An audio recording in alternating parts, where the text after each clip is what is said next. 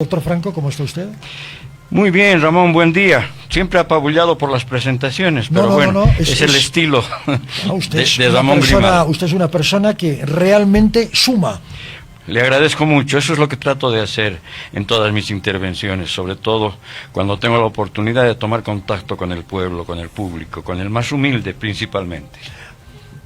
¿No se ha cansado ya de utilizar, no sé usted, creo que la palabra pueblo últimamente se está utilizando demasiado y de una forma discrecional, es mi punto de vista? Demasiado y demasiado mal.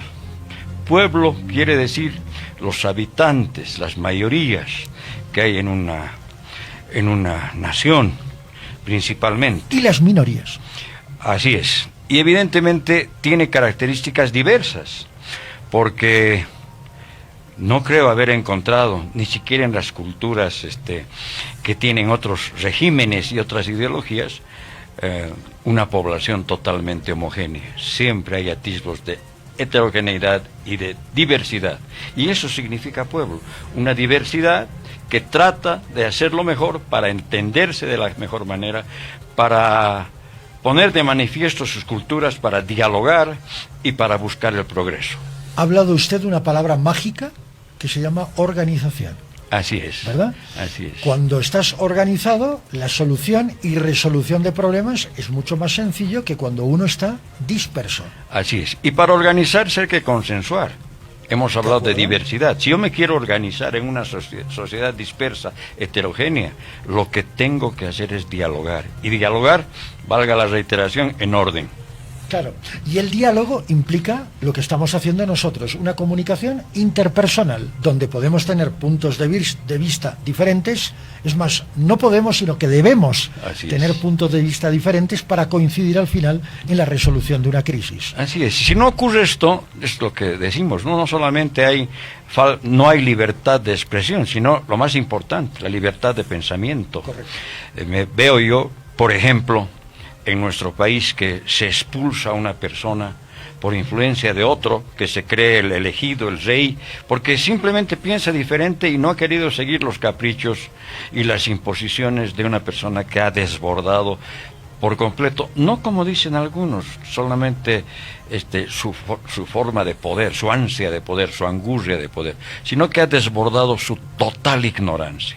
Una persona que en 14 años de gobierno no ha aprendido nada, que cree que todo se lo puede hacer por la fuerza y que en este momento es un incordio para el entendimiento, para el diálogo en este país. Hace un instante también le hacía el mismo matiz a Ricardo Paz. ¿Es Evo Morales el detonante de todo esto o una parte de la crisis? Para mí es una parte, pero no es él la crisis.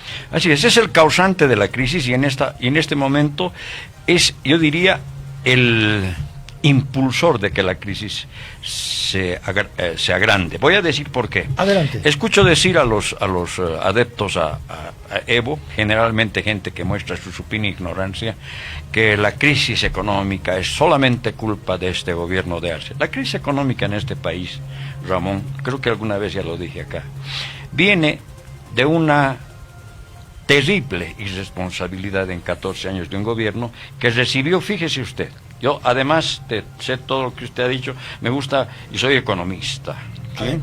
Sí. Entonces, no es lo que dice la gente, Ramón, 60.000 millones, 123.000 millones. En este país, habida cuenta de la subida del precio del petróleo en el gobierno de Evo Morales, por una crisis en el Golfo Pérsico, y de que Evo Morales, sin saber que iba a haber esta crisis, a influencias de Andrés Solís Rada, en los datos de un economista serio, con el llamado Guillermo Moscoso Riveros, resulta que cambian la relación en términos brutos, de 82 a 18, 82 para las empresas extranjeras, en términos brutos, porque en netos no es igual. Correcto. ¿No? Y para Bolivia 18%. Cambian, se opone su gabinete, mucha gente dice que se van a ir las empresas petroleras, ninguna se va, es más, vienen más a firmar contratos. Y entonces, en esa situación, fíjese usted cómo es la vida, un hecho fortuito para el gobierno boliviano y para el resto del mundo. Se produce un conflicto en el Golfo Pérsico, una crisis de los mayores productores, exploradores y explotadores de petróleo. Y entonces este petróleo sube a 170, de 17, también estoy hablando sin decimales, a 170. Fíjese usted esa subida. Y entonces nosotros estábamos en un nivel aceptable, muy bueno de exportación. Y entonces nuestras exportaciones acumulan unos ingresos que, calculados, Ramón, atención por favor, son 200.000 millones que recibió en 14 años. De esos, y está visto, más del 50% son despilfarrados de la forma más irresponsable. Pero lo más grave, aquí está la irresponsabilidad más grande. Teniendo tantos recursos, no nos dedicamos a seguir explorando y explotando petróleo para convertirnos en una potencia en Latinoamérica.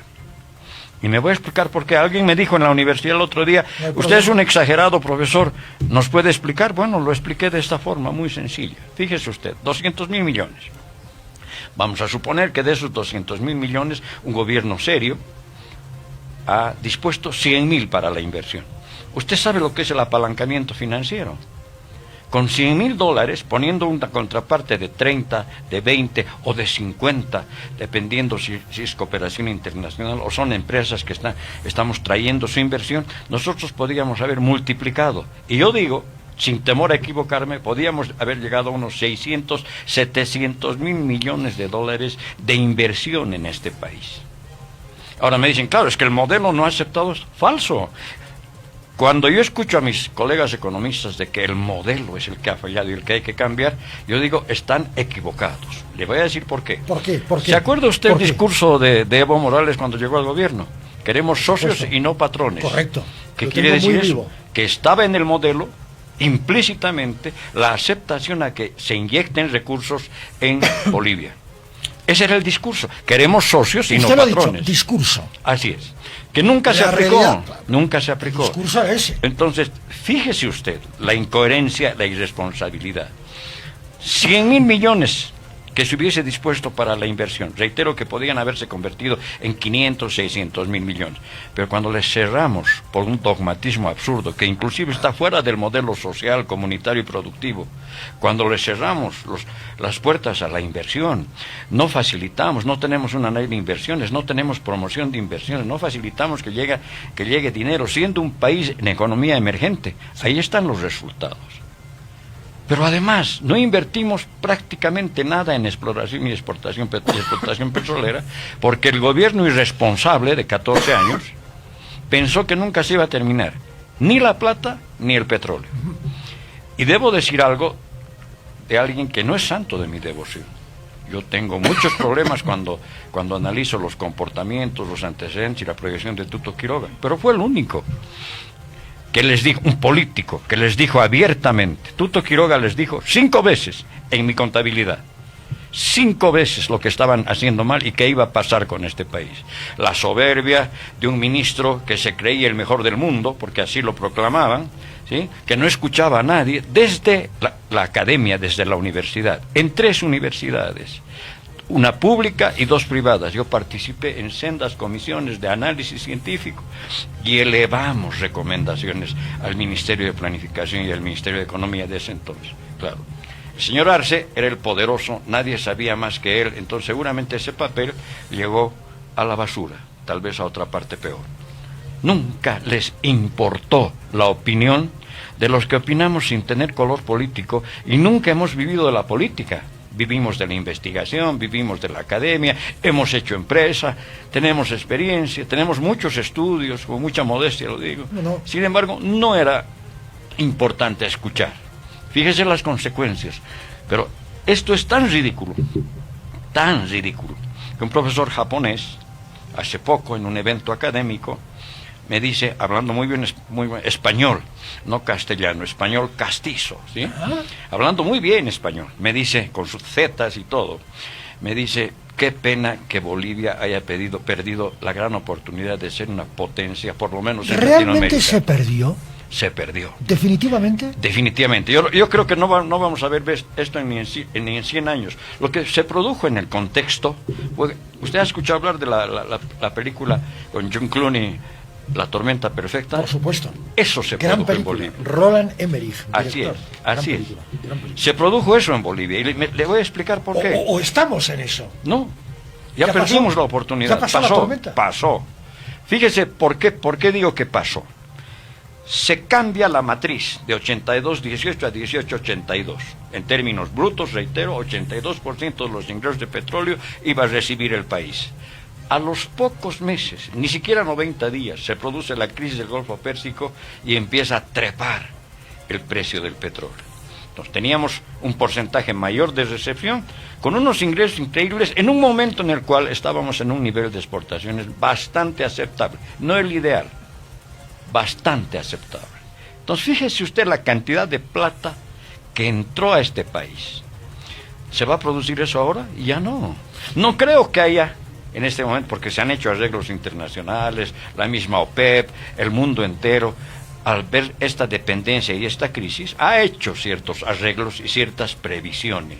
Entonces, esta tormenta, no sé si en 50 o 100 años se pueda volver a repetir para nuestro país. El último arreglo Sí. de la OPEP es de hace una semana, exactamente. Así es, así es. Hace una semana la Organización de Países Exportadores de Petróleo, Rusia, encabezando la lista con Emiratos, con Qatar, es decir, han ido perfilando un nuevo esquema.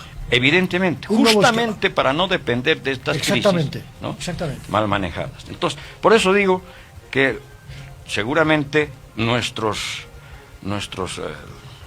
nuevas generaciones, le digo a mis hijos, mis nietos, los hijos de mis nietos, no van a ver esta gran oportunidad de haber sido en Bolivia una gran potencia Bueno, y ahora, latinoamericana. Bien. Entonces, ¿Qué es lo que queda? ¿qué queda ahora? Don Luis. ¿Qué queda ahora? Ser racional y administrar la pobreza. ¿Ah? Fíjese administrar de la mejor manera la pobreza. Es terrible lo que estoy diciendo, estoy consciente. La pobreza. Hay que administrar la pobreza. Bueno. Este país está sin recursos, no solamente dólares, Ramón. Hay una crisis generalizada. Claro, hay una crisis económica producto de semejante descuido. ¿Qué parte de culpa le toca al gobierno de Arce? Arce fue el presidente, el jefe del gabinete económico. Arce fue el vicepresidente en su momento de yacimientos, el directorio de yacimientos. Pero además en el gabinete de Arce, en los 14 años, me he puesto a revisar con mucha calma, nunca ha habido menos de 4 o 5 economistas. A saber, por ejemplo, uno que nunca ha estado en el área económica, pero que es economista, el señor Aguilar, que estuvo en educación tantos años, economista egresado de la UNSA. Es decir, 4 o 5 economistas y todo un gabinete. ¿Qué es un gabinete ministerial para la gente, por favor? Por supuesto. Es un cuerpo corporativo que se reúne multidisciplinariamente. ¿Qué quiere decir multidisciplinariamente? Uno es experto o responsable del área de energía, el otro de seguridad, el otro de producción, el otro de productividad, el otro de planificación, el otro de economía y hasta de gobierno. Multidisciplinario. Entonces, estos son los que juntamente al presidente, como pasa en el mundo entero, tienen que tomar las mejores decisiones en todos los órdenes. Entonces eso de decir, es que yo no estaba en yacimientos, yo no era ministro de hidrocarburos, por favor. Yo no sabía. Es como decir, yo estaba en un gabinete, pero no me enteraba de nada, ¿no? Consejo de gabinete, todo el tiempo, Entonces, pero estos economistas no han podido darse cuenta de algo que ni siquiera se necesita el requisito de ser economista para darse cuenta. Mire, Ramón, esta es la cuestión. No, está bien, estamos exportando acá, ¿sí? Y claro que es sensible que vaya bajando la exportación, y esto es como un sub y baja. Bajaba la exportación, entraban menos dólares cada vez, y subía la necesidad de importar, de comprar dólares. Correcto. Fíjese usted, esta balanza. No se necesita ser economista para darse cuenta de eso. Simplemente saber sumar y restar y tener información idónea, consistente, no mentirosa, no autoengañarnos, ¿no? Con cifras que no son las reales. Entonces, mire, ¿se maquillaron las cifras a su criterio? ¿Se maquillaron? Se maquillaron muchísimo. Pero le voy a dar siempre un ejemplo. A mí no me gusta hablar demagógicamente. Por favor. Las medidas y la aprobación del presupuesto del presupuesto de desarrollo para cada año, ¿sí? Se aprobaba. con los 2/3 de gente en el Poder Legislativo, ni siquiera nos enterábamos los bolivianos que se modificaban las partidas presupuestarias. No se sabía nada del presupuesto Así es. general del Estado. Y entonces hicieron lo que les daba la gana. Cuando yo siempre me preocupado por ver el presupuesto y veía partidas de exploración petrolera. Pero cuando usted quería ver la ejecución era una caja negra. ¿Por qué? Porque con sus 2/3 y ante la irresponsabilidad de los legisladores de oposición hicieron lo que les dio la gana. Maquillaron las cifras, cambiaron los presupuestos como les dio la gana, cambiaron las partidas presupuestarias, porque pensaron, reitero una vez más irresponsablemente, que ni la plata ni el petróleo se iban a terminar jamás. Recientemente creo que en Santa Cruz o en Tarija hubo una reunión de ingenieros expertos en materia de hidrocarburos. Sí. Y hablaban del enorme potencial que Bolivia sigue albergando en materia de hidrocarburos. Es decir, Mayaya, fíjese Mayaya. Mayaya Pero es un fíjese la ejemplo, Mayaya es un responsabilidad, ejemplo. Ramón. Sí. Mayaya, sí. se reciben indicios y ya se reciben estudios de exploración serios, inclusive de sísmica, de que existía Mayaya como un gran potencial en el gobierno de Evo Morales. Pero claro, eso era lo que menos interesaba. Estaba preocupado de gastarse la plata, y escuche lo que voy a decir en nuestro lenguaje coloquial, de chauchitar la bonanza. ¿Usted sabe lo que es chauchitar? Tengo una... ¿Sí? Ok. De chauchitar la bonanza. Entonces voy a explicar después por qué. Entonces, bueno, lógicamente, después cuando este gobierno anuncia con bombos y platillos, hemos descubierto Mayaya, hasta hay una publicidad, ¿no es cierto? Inmediatamente salta Evo Morales y dice, no, eso fue descubierto en mi gobierno, pero inmediatamente hace desaparecer sus declaraciones porque alguien le dice, te vas a quemar peor. Si tú descubriste Mayaya, ¿por qué no hiciste nada para explotar? ¿Por qué perdiste 3, 4, 5 años adicionales para llegar a esta situación? ¿No se explotó, perdón, Luis, por falta de recursos? No, recursos había. Bueno, me refiero a financieros, ¿no? Había decir, recursos financieros, pero además, Ramón, no seremos ingenuos. Para explotar petróleo, en cualquier parte del mundo hay plata por demás de los inversionistas. Hay plata por demás. Usted dígale a un inversionista, tenemos esta posibilidad de explotar petróleo. Pero usted mismo petróleo, lo ha dicho. sete mi socio. De acuerdo, pero sí, usted mismo lo ha dicho hace un instante, se cerró la puerta a los inversionistas. Se cerró la puerta irresponsablemente. Y no es el modelo, ojo, es un abuso. Porque el modelo nunca dijo que no se iba a aceptarla. Diremos que es una distorsión del modelo. Es una Luis, distorsión terrible. ¿Sí? Y yo por eso lo llamo abuso. Porque es un abuso ante la expectativa del pueblo de crecer, de mejorar su calidad de vida. Nos trancaron la puerta de ponernos en el mapa de los países más ricos de Latinoamérica, haciendo proyectos de alto impacto. Le explico cómo fue esto. Claro, como el modelo dijeron ellos, ¿no? Erróneamente. La única forma de mantener este modelo es incentivar la demanda interna. Y aquí viene mi explicación de la palabra chauchita. Hay que chauchitar la plata, hay que subir los salarios. Exacto. Sí, hay que distribuir por acá, aunque dicen algunos que solamente el 4% del presupuesto del salario para el empleo público, pero los maestros, los militares, los médicos, el tema de salud, los servicios recibieron. Pero no es extraño admirarse y ver esta relación. Magisterio que, por cierto, hoy también va a salir a marchar. Sí. Antes, simplemente añadir más sectores al conflicto. Antes, trabajar en el sector privado, cuando yo fui joven, bachiller, no tenía recursos para seguir mi vida, yo quería estudiar, tenía ansias de estudiar, entré a trabajar en un banco, con mucho sacrificio, teniendo una estrategia individual de un buscapega de 17 años. Lo logré. Puedo dar la receta si quiere. Lo logré. Estoy escribiendo una novela. Lo buenísimo, logré. Sí. Buenísimo, bien. Sí, yo bien, creo que hasta fin de año máximo la publico. Sí. Porque es un caso inédito. Esto sí que me gusta. Sí. Fíjese usted. Entonces, llego en ese banco. Yo me retiré como gerente, como subgerente de comercio exterior, y fui gerente interino inclusive, en 7 años estando en la banca, ¿no? Era mi desesperación de poder asegurar mis recursos para seguir adelante. Pero ¿a qué voy? En ese tiempo, trabajar en el sector privado era una bendición. Todos buscaban pega en el banco, en una empresa de seguros, ¿no? Privado, uno fácilmente podía tener su casita, ¿no? Podía vislumbrar el empezar a hacer un patrimonio. ¿Qué pasa ahora? La gente del sector privado está desesperada por ir a trabajar al sector público, porque hay una diferencia de salarios, sobre todo en los niveles intermedios hacia abajo, porque no hablemos de los gerentes de los bancos. Yo creo que con derecho y con motivo son muy bien pagados. Yo diría en Bolivia extraordinariamente bien pagados, y no solo en Bolivia. Usted sabe que hay gerentes que ya no usan automóviles en Estados Unidos, por eso Trump les dijo, les voy a dar plata, pero ya no para que aterricen en helicópteros en sus rascacielos. Y en España pasó lo mismo. Bueno, resulta que ahora es mejor trabajar en el sector público. Por eso me refiero a una chauchita, ¿sí? Hay que incrementar los salarios cada año, subir las planillas, pagar a nuestros adeptos que están en el sector público para que sean siempre leales. Se gastaron la plata. ¿Qué había que hacer además de eso? A lo que no me opongo. Pero ¿qué había que hacer además de eso? Había que ejecutar proyectos productivos de alto impacto y de sostenibilidad. Invertir en ellos. No utilizando toda la plata que nos entraba por el petróleo, sino hacer joint ventures con la inversión extranjera, que estaba lista para entrar a Bolivia. Un país que estaba mostrando una estabilidad económica, ¿no?, impresionante. Entonces, ¿cómo no voy a tener interés? Yo formé un grupo de inversionistas, un club de inversiones, ¿no?, que funcionó hasta hace poco. Recibía cualquier cantidad de preguntas y de intenciones de invertir en Bolivia de grandes consorcios. Sí, pero ahora ya no. Ahora estamos en una crisis increíble. Yo digo, el que quiere invertir en Bolivia está loco, ¿no?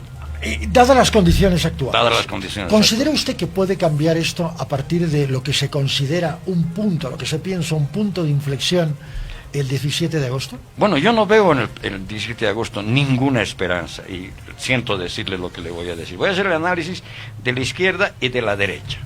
En la izquierda, ¿cuáles son las opciones en la izquierda? La misma incapacidad para seguir hundiendo al país en un dogma y administrando más la pobreza, producto de esta crisis, ¿sí? Segundo, el otro lado, ¿qué nos están ofreciendo estos candidatos? Lo mismo de hace 30 años, prestarse plata del FMI, como ha hecho Milei en la Argentina y como se ha hecho aquí también, embolsillarse la mayor cantidad de esa plata, desembolsar la plata a los supuestamente pequeñitos, microempresas, todos se vuelven pequeñitos. Yo estaba dirigiendo un proyecto de USAID en ese tiempo, hace 30 años, de fomento a la pequeña empresa. Ya. Con mi contraparte, que era FEBOPI, un grupo de empresarios que no se creían proletarios, eran de pequeña industria, pero se creían empresarios. Y entonces veíamos cómo con la plata que era supuestamente para la pequeña y microempresa se financiaban hasta exportaciones de la cervecería. Todos se volvieron enanos. Y yo lo puedo probar, no soy un demagogo. No, por eso está aquí. Entonces, por fíjese, eso lo tenemos aquí. Fíjese, ¿qué ha pasado, Ramón? Ha pasado que con la plata que llegaba del FMI se volvieron a enriquecer los siempre ricos, y muy poca de esa plata sirvió para la reactivación. Entonces, cuando a mí me hablan de 12 millones del FMI, yo digo, hay una desesperación porque en 20 años no le pudieron poner la uña a los recursos del Estado. Entre 6.000 y 10.000 se necesitan en teoría. Alguien me dijo y aseguró, fue Tuto Quiroga, yo voy a traer 12.000 millones, ¿no? 12.000, sí. Dijo la cifra. Entonces, mire, digo, ¿cuánto de eso va a beneficiar a este país? Va a beneficiar a unos pocos, porque nos están ofreciendo lo mismo, endeudar el país. Mire la barbaridad, privatizar los servicios. Escucho a un señor muy cómodo en su efervescencia, que ya se le acabó, Jaime Dum, con nombre y apellido, y dice, hay que privatizarlo todo. Hay que privatizar la salud pública. ¿Cómo es eso de su efervescencia y ya? Ya pasó su momento. ¿Cree que todo el pasó mundo momento? tenía expectativa, una nueva, pero él solo se hundió. ¿Por qué? Recuerdo un debate con unos universitarios. Dice, señor Dum, ¿cómo podemos hacer para que la educación en Bolivia mejore? Y dice, hay que mandarlos a todos a la Harvard. No está de moda la Harvard, han tenido una reunión muy interesante, ¿no? Vamos a la Harvard. Entonces yo hago mis siguientes preguntas al señor. Le digo, ¿cuántos bachilleres salen al año en Bolivia? No tenía el dato. ¿A todos estos los va a mandar a la Harvard? Pero segunda pregunta, más dolorosa todavía. y con toda la simplicidad de un analista que hace sus cosas solo. Le digo, si un muchacho en el Juan Capriles del Alto, colegio público, es el mejor estudiante de los bachilleres, ustedes lo van a mandar a la Harvard. Gran pregunta, ¿no? Gran pregunta. Entonces, si esa es la solución para la educación de este señor, estamos perdidos. Segundo, hay que privatizar toda la salud. No tenía el dato de que el SUS ha atendido, mal o bien, pero ha atendido y ha ayudado a 72 millones de gente que se acercó a consultar. Y esa misma duda Sí. la tuvo Tuto Quiroga y fue muy criticado por ello. Así es. Entonces, han perdido... Creo que fue el domingo, si no me equivoco. Sábado. Han perdido el conocimiento de este país. No pueden privatizar la salud, no pueden privatizar la economía, porque si se privatiza la salud, la gente pobre va a morir. Claro, para ellos es un daño colateral. No es más que un daño colateral. Ese es el calificativo que le han puesto al costo de sus medidas para una élite. Los demás tienen que sufrir, pero la élite tiene que estar siempre muy bien. ¿O estoy mintiendo? No, para nada. Bueno, coincido totalmente. Entonces, esto es lo que ellos están proponiendo, lo mismo de siempre. Pero además les recuerdo a la gente, ¿por qué votamos por un ignorante sabiendo de su supina ignorancia? Y lo votamos más de 3 veces en el gobierno, lo pusimos en el gobierno. ¿Por qué? Porque estamos aburridos de que esta gente venda nuestro país.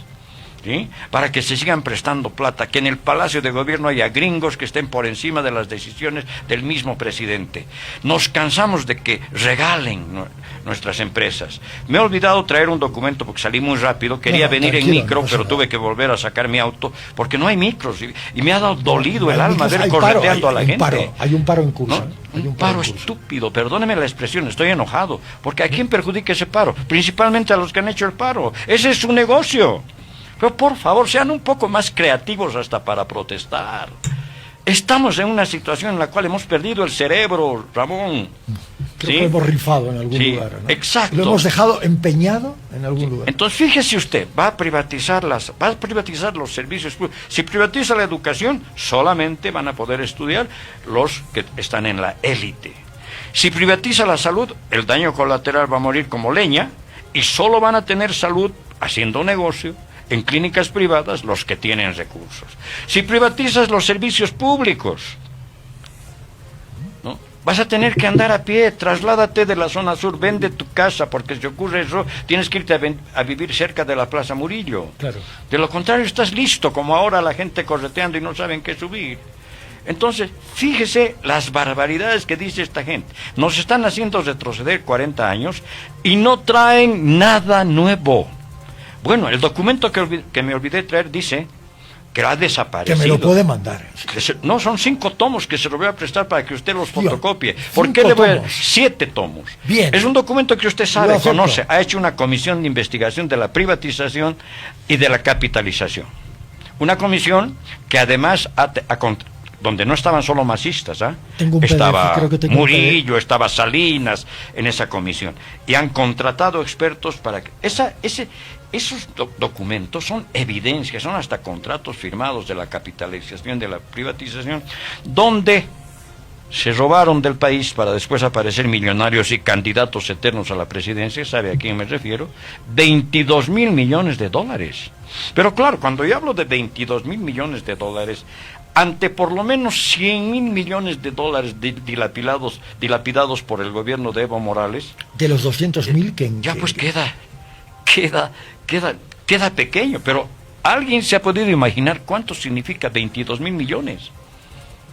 ¿Qué hicieron con la privatización y la capitalización? Entregar nuestras empresas a precios de gallina muerta a su entorno, para después volver a aparecer ellos como el caso Soboce, por favor. Yo no tengo que hablar mucho, ni tengo que dar muchos ejemplos.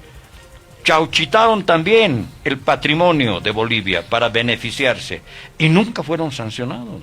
Ahora son candidatos otra vez. Y se están... No hay una alternativa. Yo cuando vi aparecer a Dunn, que sabía que era un magnífico corredor de bolsa en los Estados Unidos. O sea, un broker. ¿Sí? Yo sabía. Yo dije, pucha, por fin aparece una alternativa, hay que mirarlo con mucho cuidado. Pero, por favor, voy a decir una barbaridad, Ramón. No, ya que hemos arrancado. coloquialmente voy a decir, ese señor y su grupo están meando fuera del tarro. No conocen Jun el y país. compañía. Sí, señor. De acuerdo. No conocen las reglas del país. Entonces hay que privatizarlo todo al estilo más nazi, fascista, ¿no? Entonces, ¿cuál es la alternativa ante esto? No tengo alternativa. No sé por quién voy a votar. Y no puedo votar por el blanco porque soy moreno, para matizar un poco nuestra entrevista. ¿Se da cuenta? No veo alternativa yo en agosto. Unos que saquean el país. Bienvenido al club de y los que no saben pesimistas. por dónde ir porque su dogmatismo ridículo ha distorsionado el modelo social, comunitario y productivo. Y los otros que están desesperados por hipotecar el país para embolsillarse la plata o para transferir esos recursos a sus amigos que van a presentar proyectos fantasmas, como es la costumbre de los Garafulik, por ejemplo, para recibir plata y nunca ejecutar. O ejecutar muy poco y hacer quebrar lo poco que han hecho, porque además por esa quiebra reciben ciertos incentivos. Este es el modelo y hay que decirle a la gente tal como es. Hablando de esto, y me gustaría dejarlo para otro momento porque tenemos un par de minutitos. Sí. Doctor Franco, ¿hay expertos en quebrar empresas para vivir de ello? Sí, señor. No, porque esto en alguna señor. ocasión lo hemos hablado y lo dejamos pasar. Sí, sí. Quiero aprovechar estos Y le voy a 10 decir últimos dónde se minutos. especializan, en la Harvard. En Harvard. Sí, y en otras. No seré tan. No. Pero Harvard Y forma Harvard personas ya la para destro- hacer que la las destrozaba. empresas, en el mundo capitalista, en el modelo capitalista, yo no tengo nada contra eso, crezcan. ¿Sí? En Ok, su modelo. bien. Crecimiento, Pero sí, de acuerdo. también son expertos en cómo salir sin tener todo el daño que han hecho sobre sus espaldas y transferir esto a la población, porque la población, los demás para esta gente, somos un daño colateral. Si pueden pasar por encima de nosotros o hacer lo que está haciendo Netanyahu con Gaza, de matar a la gente inclusive cuando está haciendo fila con su ollita para comer, dispararles, somos un daño colateral, somos peor que leña. Y esto es lo que piensan y están formados en la Harvard. Por favor. Que alguien me diga lo contrario, que me enjuicien, yo lo demuestro públicamente. Le desafío a aquel que esté enojado en este momento al escucharme a un debate público, lléveme a su cancha, quiero jugar de visitante. Se lo demostraré con cifras y con documentación. Ha estado con nosotros el doctor Luis Franco, que ya lo han escuchado ustedes. Está enojado. Mucho. Mucho, indignado. Porque no hay alternativa, estoy Indignado. desesperado, hasta la presión me ha subido. Desesperado. Desesperado, porque Bueno, soy un tampoco- boliviano que cree en que este país... Yo pude haberme quedado a vivir en España, en Estados Unidos. Volví porque ir a creo en trabajar a este Harvard. país. Trabajaba. Y podría haber ido Nunca, a Harvard. nunca en la Harvard, pero Ahora, trabajaba en la Georgetown, en la George Mason. Sí, correcto. En otras- Pude haber ido a trabajar. Georgetown, Volví a este país Washington. porque creo en este país, porque creí en el gobierno que nos engañó y nos llevó a semejante crisis. Reitero, Evo Morales nos hizo perder la mejor y la única oportunidad de ser una potencia, por lo menos en Latinoamérica. No lo digo yo. Solamente, lo dicen profesores con mucho conocimiento. Entonces, Alguno de Harvard. por eso digo que para mí, a no ser que aparezca alguien, porque no he escuchado tampoco propuestas. Una propuesta no es 100 días carajo, no es eso una No, propuesta. eso es demagogia. Es demagogia. ¿Sabe cuál es una propuesta? Cuando me digan, estas son nuestras políticas, en cada sector, estas son los cursos generales de acción, este es el plan, y estas son nuestros programas y nuestras estrategias. Cuando me muestren eso, por lo menos de manera resumida, yo podré decir, parece que esto han aprendido y ahora lo van a hacer bien. Entre tanto, yo no votaría, pero por favor, ni aunque me maten por ninguno, porque todos han hecho de este país un país miserable, lo saquearon. Y vuelvo a reiterar, yo soy siempre una persona de bajo perfil, pero ahora que estoy enojado, Bueno, le digo, cualquiera que crea adelante. que yo estoy mintiendo, que estoy exagerando, pues invíteme a un debate. Estoy dispuesto, voy a darme tiempo suficiente, sacándome el tiempo de No mis es mala idea, ¿no, Eduardo? No es mala idea. No es Esto mala es. idea. Esto es lo que quería Muy bien, decir. encantado de tenerlo. Y le agradezco la oportunidad porque la gente se está mareando, ¿no? Está mareada. Se está mareando. Veo, el mejor presidente de Bolivia, Evo Morales, es una supina ignorancia, es el hombre que nos llevó a la ruina y nos hizo perder una gran oportunidad. Doctor Franco, hasta la próxima.